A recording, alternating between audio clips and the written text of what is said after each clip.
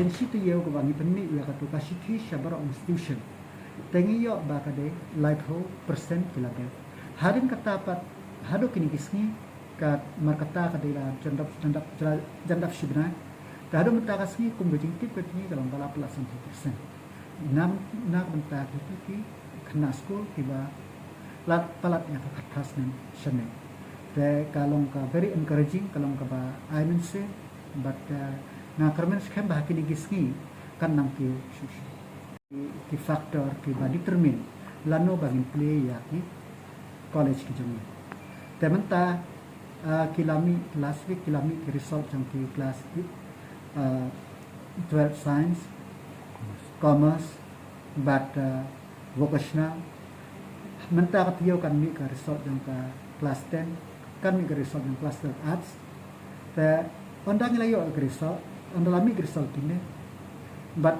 niru nila pengkrehi ba kuno bangin le ba khnang bangin la ampli ya hisko kuma mene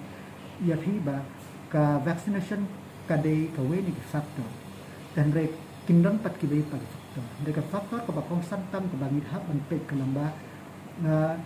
ka jingtu jang ki khna kam dei ka kai ha kini ki system system te kaladon ladai ka por ni bangin le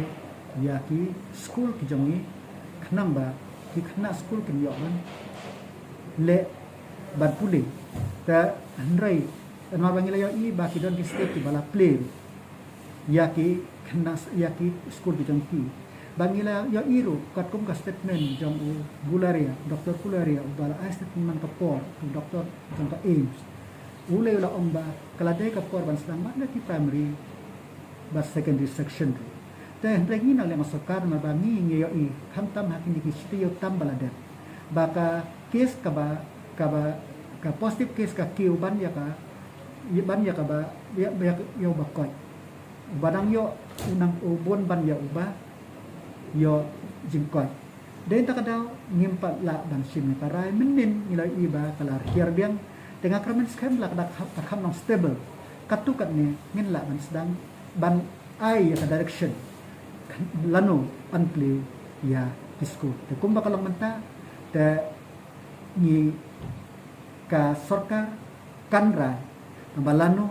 hakano kopor ya katangin sa pentip hakini sini nang ba